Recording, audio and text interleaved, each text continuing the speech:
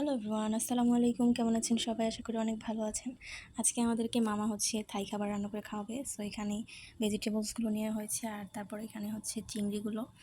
এখানে ভেজিটেবলস নেওয়া হচ্ছে ক্যাবেজ, মানে বাঁধাকপি, মাশরুম, তারপর ছোট কর্ন, তারপর ফুলকপি, তারপর এখানে ব্রকলি এক টুকরো, তারপর এখানে গাজর, আর তারপর এখানে থাইসিন।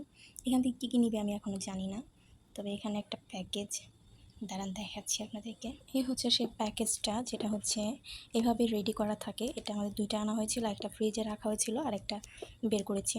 তো এখানে সব কিছু আছে, দেখেন। এই যে মিনিকর্ন, সিম, নিচে ক্যাবেজটা, বাঁধাকপিটা। তো এইভাবে সুন্দর, এটা ওয়াশেবল, এটা সুন্দর করে ওয়াশ করাই থাকে। জাস্ট এটাকে রান্না করে ওরা খেয়ে ফেলে।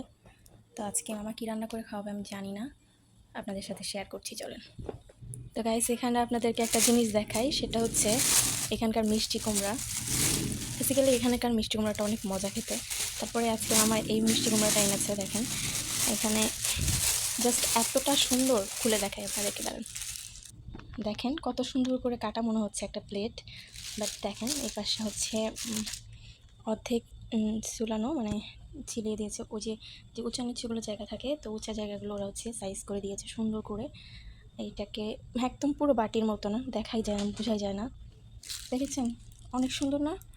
অবশ্যই আপনাদের কার কাছে কেমন লেগেছে জানি না, আমার কাছে অনেক ভালো লেগেছে, ভাবলাম আপনাদের সাথে শেয়ার করি।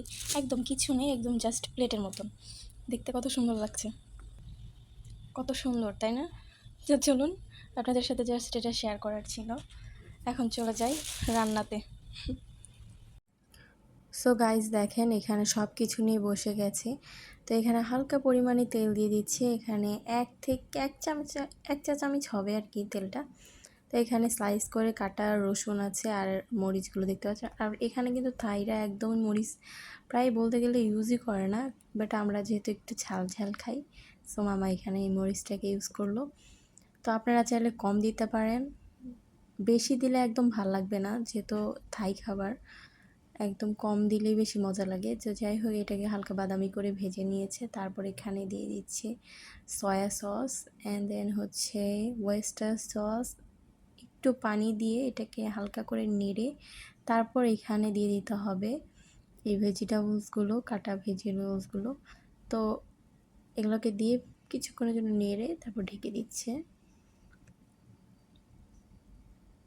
আর হ্যাঁ, একটা জিনিস আমরা ভুলে গেছি, সেটা সিমগুলোর যে বোটাগুলো আছে ওগুলোকে ছাড়িয়ে নিতে হবে, মনে ছিল না। আর এখানে তারপর আরেকটা সস দিয়েছে, সেটা সিজলিং সস।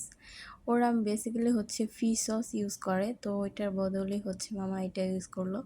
তো যাই হোক, আসলেও ফিশ সস যেটা আছে ওইটার গন্ধ সবাই নিতে পারে না, আমি একদমই নিতে পারি না, ভালো লাগে না। আর মামা যেটা বলে, এটার স্মেলটা অনেক অনেক অনেক কড়া হয়।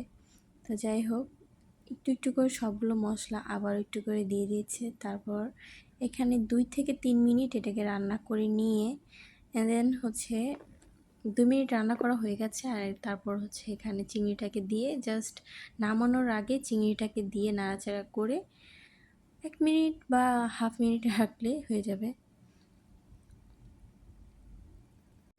যেহেতু আমরা একটু বয়েল খেতে চাই, তাহলে ওই জন্য মামা একটু বেশি বয়েল করেছে। কিন্তু থাইরা কিন্তু একদম জাস্ট দেয় আর নামায়, ওরা বেশিক্ষণ ওয়েট করে না, বেশিক্ষণ ওরা বয়েল করে না, ওরা হাফ বয়েলই খায় সব কিছু।